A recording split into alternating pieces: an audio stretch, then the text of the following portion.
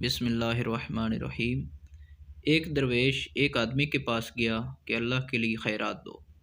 اس نے کہا بابا جی ٹھہر جاؤ، ابھی میں کام میں لگا ہوا ہوں۔ کافی دیر گزر گئی۔ اس نے پھر سوال کیا، کہنے لگا لو جی تھوڑا سا کام اور رہ گیا، کام سے فارغ ہو کے تمہیں دوں گا، ابھی میں مصروف ہوں۔ وہ درویش غصے میں آ گیا اور کہنے لگا تم اتنے مصروف ہو تو مرو گے کیسے؟ وہ بھی آگے بولا جیسے تو مرے گا۔ درویش نے کہا ہماری موت تو اتنی آسان ہے، تو بتا کیسے مرے گا؟ دیکھو میں تو یوں مروں گا۔ درویش نے ایک چادر بچھائی، کلمہ پڑھا اور مر گیا۔ درویش کے مرنے کے بعد اس آدمی پر اتنی ہیبت طاری ہو گئی کہ ساری دکان لٹا دی اور ہر شے چھوڑ چھاڑ کے جنگلوں میں نکل گیا۔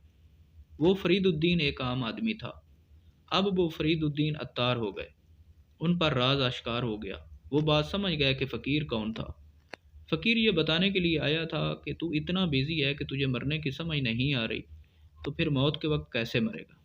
اگر آپ کو موت کے وقت اسرائیل سے تھوڑی سی مہلت ملنے کا امکان ہو تو آپ اسے بھی یہ کہہ دو گے کہ ٹھہر جاؤ، ابھی 2-4 خطوں کے جواب دینے ہیں، کسی کے پاس جانا ہے، آج تو فنکشن ہے، شادی ہو رہی ہے، آج ذرا چابیاں دے لوں اور ابھی ذرا وصیت نامہ لکھ دوں۔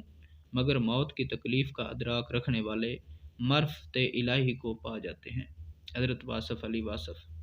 تو امید ہے دوستو آپ کو یہ تحریر پسند آئی ہوگی۔